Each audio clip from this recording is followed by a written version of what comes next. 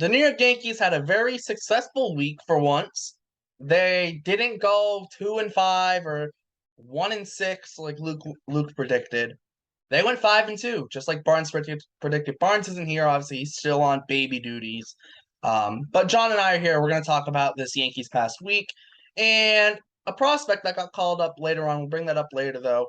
But the Yankees had a very successful week. So let's get straight into this. My name's Derek. I'm here with John. You're watching Bleacher Brawls, and let's get straight into it. First things first, a very, very big week for the Yankees. You really couldn't drop games. You needed to kind of win as many as possible, especially the games against the Rays. And it went well for the Yankees. Something that, you look back before the week started, because might have been hard to expect from the Yankees. I'll give it to you, John. What were your thoughts on this past week for the Yankees? It was just a huge week all overall, Derek. Like you said, they needed to win these games. It was getting tight. Tampa was really gaining ground in the loss column, and the Yankees needed to get right. They have not been right for a while now. So fortunately, they played Minnesota, who is still their punching bag. One of these days, I fear that's not going to be the case. But as of right now, Minnesota is still the punching bag, and that helped get the Yankees back on track, taking 3-4 there. And then the Tampa series, that first game was a big letdown. The Yankees lose. I'm like, oh no. And then they just exploded for 10 runs in games 2 and 3 of that series.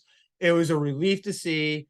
And I was really happy to see everybody contributing, especially in those 2 10-run games, up and down the lineup. Everybody was contributing. Leading up the first 3 games that they won, they won 3 against Minnesota. Those games, it was Aaron Judge and just basically one other guy. I think maybe Kiner Falefa had a grand slam. The one game Aaron Judge might not have had any RBIs, but the Minnesota series, they didn't show us much. It was just kind of reliance on Aaron Judge. Tampa, everybody's getting hits up and down the lineup. Everybody's contributing. It was just really fantastic to see the lineup kind of coming together again. And it looks like maybe we're going to be getting some more guys back from injury soon. And that could only mean good things, I hope. Yeah, I mean, obviously, I think you'd hope that you're getting guys healthy. Hopefully, that would mean your team is getting, better. You're getting these guys who have been injured that have missed time that are pretty big pieces to the team. And you're getting them back healthy, hopefully 100% ready to go from a Yankees perspective. And you're hoping that they can kind of hit the ground running. The postseason's getting closer and closer. Every time we do one of these Yankee shows here on the YouTube channel, every week it's the Yankees have been cold. They got to turn around before the postseason starts. Maybe this past week was a start of that turnaround and getting going in the right direction for the playoffs, which they're getting closer and closer every day. Like there's what 3 weeks left in the season, something like that. There's not a lot of time. The Yankees they playing Boston yesterday, actually yesterday and 2 days ago when you see this, so you'll know the results of that series. We don't know yet. We're recording on Tuesday, so you guys don't know.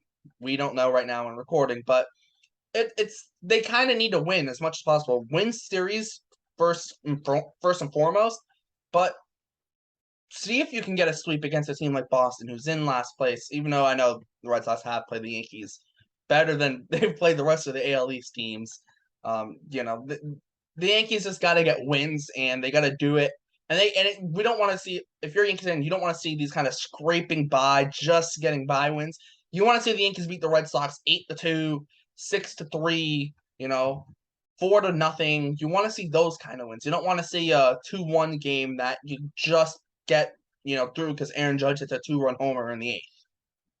Yeah, that's exactly it. And I think this is a good thing that they're going to be playing some good teams this next couple of days. Obviously, Boston, I realize that maybe their record's not good, but they're still a good team, and they're still going to play the Yankees hard. And this is going to be it's a Yankees Red Sox series. It's going to be tight no matter what. Red Sox would love to play spoiler to the Yankees. So the Yankees do have to be up and ready to play this game. They can't rest on their laurels. Then they go into Milwaukee for 3 games, another team that's fighting for a playoff spot. So this is it. Like, this is a great test for this team to see what happens. It's going to be a road trip, 2 in Boston, 3 in Milwaukee, against teams that want to beat you. So let's see what they can bring. I think they're in a good spot. Again, maybe not necessarily these 2 series, but Britton's on his way back, Chapman's on his way back, Efros is on his way back. We might finally get to see Harrison Bader, and DJ LeMahieu is the other one that hopefully by the end of the week, some time off, maybe that right toe, he can finally put some more pressure on it and get back to being the hitter that he is. Yeah, I think that's kind of what, if when you're thinking about this Yankee season, it's kind of been a tale of two seasons, but I'm going to compare this to the Red Sox season. Red Sox season's been kind of drowned out and kind of dragged down because of injuries. This Yankees second half has kind of just been something similar. Where it's just like kind of injuries kind of creeping in and, taking away some of your more important players. And it's not just like a bunch of injuries all at once, where this one guy is going to be out for a couple weeks and then another guy goes down. And before you know it, yes, they didn't all happen at once, but you got a decent chunk of your team on sitting on the injured list. And it's like, when did this happen? I think that's kind of what it's been. And for the Yankees, just they need to get these guys healthy and get them back 100%. Don't rush them. Don't throw them into too much game action all at once. But it is important to get them to a point where they can be at their top level heading into the postseason. Yeah, and definitely that was a great way to put it too, because it did just all happen at once. Like everything was going great, and then suddenly LeMahieu hurts his toe, Stanton's out for extended period of time. I mean, Benintendi breaks his wrist. Like, it was Rizzo obviously having problems. It was just one right after another. Relievers dropping left and right. Um, it was tough, and like you said, it just happened all at once. But now it looks like things are finally coming together. They're starting to show life. And we are starting to see, and we're getting contributions from other players too. Like, I mean, I've been really hard on Josh Donaldson. I don't like Josh Donaldson, but the past week since he came back from paternity leave, the dude's hitting. And Oswaldo Cabrera, right? Yes. Either way, Cabrera, he's really contributed for the Yankees. It's just you're getting contributions from other players too, finally, which is nice. So it looks like they finally turned that corner, but these next 5 games are really going to be telling for the Yankees. Oh yeah, 100%. I think too that it's going to be important for them to kind of just get on the a path of, hey, like we need to get on a roll here before it's too late and we don't really have any chance to really get on a roll before the postseason. I think that's been the big thing. Like that's the big thing right now. It's the postseason. Like the regular season, like I always say, just get to the playoffs and try and get hot in the playoffs. That's what you need to do. But it really is what the Yankees need to do. This isn't like a metaphor. Oh, get hot at the right time. No, the Yankees got to get something going before the playoffs. Maybe it was the start of it this past week. Hopefully, this upcoming week, from a Yankees perspective, it will continue. And it's just that thing where it's like, just get everyone back. Um, I know, Yankees traded with James Jordan Montgomery. Traded with Jordan Montgomery and got Harrison Bader back. Bader hasn't played yet. You know why they got Harrison Bader, right? They didn't get Harrison Bader to play game 89 to 120. They got him for the stretch if possible, but for the postseason, they like his defense. That's a big thing in the postseason, and I think that's kind of you're seeing these guys start to come back. We haven't seen a Yankees team at full strength anytime recently, and I think that this is that you're gonna get that at least a little bit down the stretch. And that would be ideal because there's no team in the AL that's really that good this season. I mean, Houston's obviously has a very high win total, but they're also playing in the AL West. So are they as good as their win total is? I think the Yankees match up pretty well against Houston. Houston has owned us the past few years, but I think this season we match up pretty well. The Yankees have beaten up on Tampa a little bit. It's always Tampa. So there's question marks there. And then, but from that point on, Cleveland's a good team, but not a great team. Toronto's an okay team, not a great team. And Seattle's actually a pretty good team. So, but again, maybe they're not ready because this would be their first time in the postseason in a while. And they don't really have the experience. And sometimes you have to lose a couple times in order to be able to win because you got to know what it takes to get over that hump.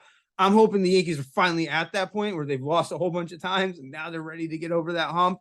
And, they're in a good spot. If they do get hot, they're in a good spot to make some noise. Yeah, I think that's kind of where you want to be going into the postseason, though. Just put yourself in a good spot, in a spot where, there's the whole, oh, all it takes is get hot in the playoffs, but you got to put yourself in a spot to get hot in the playoffs. You can't go into the playoffs losing 9 of your last 10. You can't do that. If you do that, I mean, one, you're probably not in the playoffs. But two, if you do happen to be so good the rest of the season that 9-10 your last 10 game 9-1 sorry, not losing 9 out of 10 of your losing, oh my gosh, Losing 9 out of your last 10 that's games. 10, All yes, right. and you still get into the postseason, like you're not in a spot to just turn. You can't just turn around at the snap of a finger. You're not Thanos here. You can't just go snap and everything changes. Like they got to build up to the postseason. I think that's what these last couple of weeks are. Obviously, they still need to play competitively. Building up does not mean losing that competitive edge. Building up means getting to a spot where you can be on at least a little bit of a roll entering that this last stretch and into the postseason. They've started getting on a little bit of a roll now. They're only going to get on more of a roll. Hypothetically, you would think with all these pieces starting to come back. And if you're a Yankees fan, you got to be happy that, hey, we're getting healthy. Now let's keep it this way. I do want to add, though, I think the loss of Michael King has been very kind of – people haven't thought of really how big of a deal it is. I think it's still a massive deal. That's a massive deal. And Clay Holmes hasn't returned to start of the season. Clay Holmes, the Yankees don't really have like a true closer right this second. Like Clay Holmes, kind of, I guess, but he's not back to that first half Clay Holmes that we saw. Yeah, I mean, that's a good point, Derek. So, let's look at this. I think Efros, before he got hurt, pitched really well for the Yankees. He's actually someone I would trust in a closer role. They have Britton coming back, but he's coming off an injury. So he's been a closer before. He's been a really good closer before, but coming back off an injury. I still don't trust Chapman. And Holmes, like you said, he's not locked down. He's been good these past couple of weeks. He went through a bad stretch. He's been good since then, but he hasn't been locked down. That's a tough decision Boone's got to make over who to go with the closer. I think you stick with Holmes because he's gotten you there. But at the first sign of trouble, I think you might need to start looking at either Efros or Britton to take over that role. Probably Britton first. So Efros is nasty. He's got he's nasty stuff. his stuff is very good. It's I feel like maybe they end up doing a closer by committee of some sort. Maybe where it's normally Clay Holmes is the closer, but if hey, we don't like this matchup, we'll go with someone else. Maybe you see that come into play, but I don't feel like Aaron Boone's that kind of guy. Yeah, I think he's going to stick with Holmes. I think that is just kind of what he's going to do. But he does have that option. You got other guys on that team that have been closers and have the experience. So if you need to yank Clay Holmes early because he just doesn't have it, at least you have other options of guys that have been in that spot where they've handled the pressure. I guess maybe Chapman's never necessarily handled the pressure in the postseason, but other guys have. You could argue 2016, not with the Yankees though. Yeah, yeah, he did. He had a very good postseason through the NLCS, and then things did get a little rough there for him in the World But if Series. you win the World Series, I don't think anyone cares. It's like Craig Kimbrell in 2018. No one cares how bad you like the fact that they literally couldn't go to him in the World Series. No one cares because the Red Sox won. Like, I don't care that Craig Kimbrell couldn't pitch in the World Series. Like, I don't remember Craig Kimbrell not being able to pitch in the World Series that year because I just remember him owning the Yankees all season long. Oh, no, he could pitch. He just was, like, burnt out by the end. No, I understand what you're saying. Like, he wasn't, like, he locked down the Yankees all season. The Yankees couldn't buy a hit off of Craig Kimbrell. And I honestly, because of that, I had completely forgotten that he struggled, like, going into the World Series. Like, so there you go. Yeah, exactly. That's the thing. And so, especially, too, if, like, the Yankees win and Clay Holmes struggles, guess what? Who the heck cares if you're a Yankees fan? Like, okay, who cares? We like that's the thing. It's like Aaron Judge goes 0 for 20 in a World Series, but the Yankees win. Who cares? Right? I think that's the thing. It's like you got to get hot as a team. Don't worry about individual players, whether they're hot or cold. It's really at this point, it's a team. It's the team aspect. Yeah, Judge is on his home run chase or whatever. That doesn't matter at this point. Realistically, it's Yankees got it from a Yankees perspective. It's Judge is kind of secondary. It's team. We got to get this team to where it needs to be to try and win a World Series. Yeah, I fully agree. You're going, like you said, it's all hands on deck. That's the way Alex Cora managed in 2018 for you, with the way he deployed Evaldi in that postseason. And I think, 2019 with the Nationals. I mean, Patrick Corbin, he earned his contract in that postseason. They really used him when they needed to use him. They went to him different games and relief situations. And you know what? If he decided to take the last couple of years of his contract off, I guess he earned it. I mean, the Nationals got a World Series out of it, and that's the kind of thing, like it's like the David Price deal. It's like he ultimately, helped us do as a Red Sox fan. For me, he helped us get to where we wanted to get and win a World Series. The back end of that contract is awful. It is horrific. But the front end is like, okay, we won a World Series. Okay, so who cares about the back end, realistically? And I think that's kind of what it is for the Yankees. Like, who cares about individuals, if they're good, bad, whatever? If you win, I mean, does it matter? Exactly. That's the only goal for the Yankees right now. You got to win the World Series. You got to win the World Series. Oh yeah, 100%. I think that's kind of clear at this point. Just win the World Series. Anything else is a bonus, right? All right. So I do have a question for you. You mentioned it early on, and I got to know because you are our prospect expert. Jason Dominguez first off, you did a great video on Jason Dominguez earlier in the season, highlighting things he did well and things that he was struggling at. If nobody's watched that YouTube video yet, go in the archives, check it out. It's a very educational and informative video on Jason Dominguez. So you broke it out for us a couple months ago. Today he got promoted to AA. Give me an update on that video of what's happened with Jason Dominguez since then. So, I mean, he's been stellar since at least since he got called up to high A. And low A, it was 265 average, 373 on base, 440 slugging, 813 OPS in 75 games.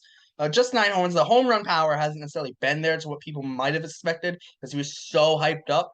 But I don't think there's really a problem with it. Average wise, since going to high A, 306 average, 397 on base, not 510 slugging with a 907 OPS in 40 games, 6 homers, 6 doubles, 4 triples, and he's already got 17 stolen bases in 40 games in high A. I mean, he's just a guy who does it all. And maybe the home run power's dropped a little bit, but he can still put the ball in the gap. He's got speed to hit doubles and triples all day, steal bases. He's good in the field. Just kind of a guy who, at his ceiling, is a legitimate 5-tool guy. Yeah, I like you mentioned in the video, your YouTube video earlier. I don't think the Mickey Mantle, Mike Trout comparisons were ever really fair. You can't put that on a kid. But from everything you hear, you see, the kid's got talent, and let's just hope it translates to the major leagues. Now, how old is he? He was 19 when you made the video. Is he still 19 or is he 20 yet? He's still 19. He doesn't turn 20 until February of next year. Wow. I mean, so Yeah. the fact that he's already in AA and he's produced so well at high A at such a young age, that's a good sign. And I do think that was something, again, you touched on where I think Yankees fans were expecting this guy to probably already be at the major league level, and that's not really realistic expectations. You got to give him time to develop, especially the Yankees where they like to develop their prospects slowly. I don't expect to see him anytime soon, but I'm certainly glad that you're keeping tabs on him for us, and you will be providing us with updates on what Jason Dominguez is doing. His MLB ECA is 2024. He is the number 42 prospect, ranked by MLB Pipeline. Just a very bright future. Obviously, not all prospects pan out. I'll say this because I know Doug likes to go on me. Oh, not all prospects pan out. You can't just bank on it. But the guys who are the top prospects pan out a heck of a lot more than guys who aren't highly touted guys. And we're kind of seeing it with Jason Dominguez, this kind of transformation into a guy who is really starting to show that hype that was behind him since being called up to high A compared to, last year. It was a little bit of a struggle for him. Now he's really seeing why. Okay, this is why there was so much hype coming behind him. This is why his nickname was the Martian. This is why he was being compared to Mike Trout and Mickey Mantle and all those guys. I'm not saying he's going to be just like those guys. That's stupidly high, like, ceiling. Like, I don't even know if his ceiling's that as high as those guys. So those guys are just like some of the best players of all time. But you're kind of seeing, okay, there's kind of why. I can kind of see why they're comparing him to these guys. Not that he's going to be like those guys, but you're kind of seeing, okay, this is why there was all this hype behind him. Yeah, I get it. There's a ton of talent, so I understand why people want to think about that. But let's just see how it plays out. But God, you're right. And that's the thing. Yes, not all prospects pan out, but when you're that high of a prospect, if you don't pan out, it's either because of injury or stupid decisions. And we've seen both. Yeah. And usually when you're looking at top prospects, if they don't pan out, it's usually one of those two reasons. It's Injuries, not because not they putting don't have the enough talent. effort, or not being truly in love with baseball, for the game of baseball. There's normally a reason. There's obviously rare occasions where guys' just talent just doesn't pan out in the MLB against higher levels. That sometimes that does happen, but normally there's a reason. Most of the time, it normally actually is injuries. But to be someone who's like, and here's the thing, and panning out isn't becoming an all like one of the best players in baseball. Panning out is just being an everyday player. I use like Yoan Moncada for this example. Is Yoan Moncada is a prospect who panned out. Maybe isn't at his ceiling of what everyone thought he could be, but he's an everyday player for a team that, can compete right now in the White Sox. They're still in that divisional race. That's a prospect panning out. You're Absolutely. not asking him to be, MVP. You're just an everyday guy who can contribute to your lineup every single day. Yeah, and that's exactly like you said, that's panning out. You're contributing, you're helping out a team, and you're playing on a winning team. Like you said, not everyone's gonna be an all-star. You're absolutely right about that. And being able to play every day at a major league level, I think that's pretty good example of panning out.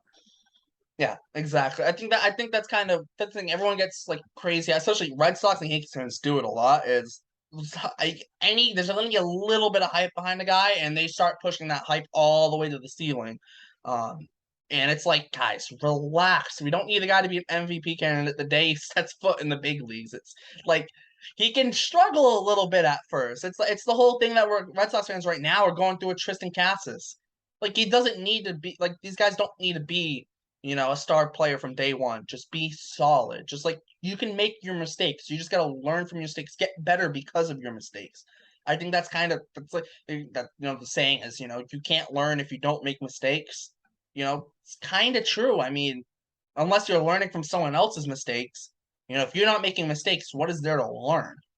Absolutely. And that's the whole point of September call-ups is so young kids can get some experience and make their mistakes so they know what to work on going into next season in hopes of making a major league roster. Yeah, 100%. Anything we want to cover quickly before we wrap this thing up, or are we good with leaving it there? I think we're good leaving it here. I think we had a very civil conversation, despite the fact that we're going to be butting heads this weekend in our fantasy football matchup. Ladies and gentlemen, I'm just talking a little trash because I'm at a severe disadvantage as Derrik has both Jamar Chase and Justin Jefferson. And Michael But yes, Thomas and Saquon Barkley. And you guys laughed at me for taking Saquon Barkley. Just I'm a Giants fan. I don't trust Saquon well, it Barkley to wasn't stay just healthy. you; it was I hope he does. everyone. Yeah, I hope he does. But, You hope he like, does, I've but you been also hope he burned. doesn't. I've been burned in other seasons with Saquon Barkley. Hey, you got to risk it for the biscuit. That's a perfect place to wrap it up then. Thanks for tuning in to Bleacher Brawls. Check out all the links in the description, the Bleacher Brawls website, podcast, Instagram, and Twitter, plus all of the crew's Twitters. Like, subscribe, hit the notification bell when you're down there to make sure you get notified whenever we uploading a bunch of content. 3 YouTube videos a week. We got 2 podcasts a week, a bunch of columns going up on the website, bunch of fun stuff. So check all that out. And yeah, thanks for tuning in to Bleacher Brawls. For John, I'm Derrik, and we'll see you next time.